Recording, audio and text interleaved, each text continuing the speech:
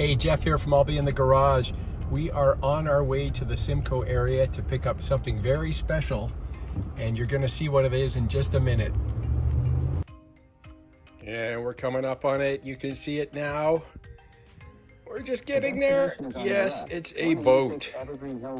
An amazing boat, an old fiberglass boat. This, my friends, is a 1963 Crestliner Del Rio with a 75 horsepower Evinrude motor on it. And I just bought it from a really nice guy up in Simcoe named Mitch. He's a guy that restores old outboard motors. Look at all the cool ones he's got in his shed here. Fantastic.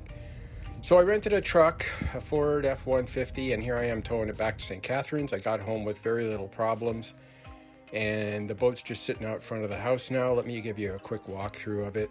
Like I said, the motor is a Evinrude 75 horsepower 4-cylinder motor. A lot of power for a small boat like this. I had to throw a temporary license on there. Don't tell the OPP this trailer isn't licensed yet. And you can see the general condition of the boat. The fiberglass is actually very tough and strong. Over the years, guys have drilled holes in it, but that's not a big deal. The trailer, not so great. The tires were pretty dicey.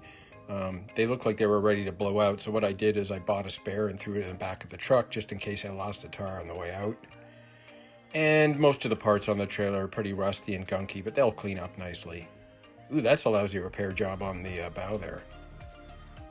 But what I love about this boat is the interior. Look at that. It's amazing. It looks like a 1960s car. It's all aluminum and white bakelite. Very cool looking. And I love the color, the teal color. I love the upholstery. This is all going to be redone. Floor is going to be redone, obviously the deck, all the seats. I'm going to gel coat the outside of the boat. I got a big old crack in the windshield. Well, more than a crack, a big section's missing. But you can fabricate your own windshield out of Perspex.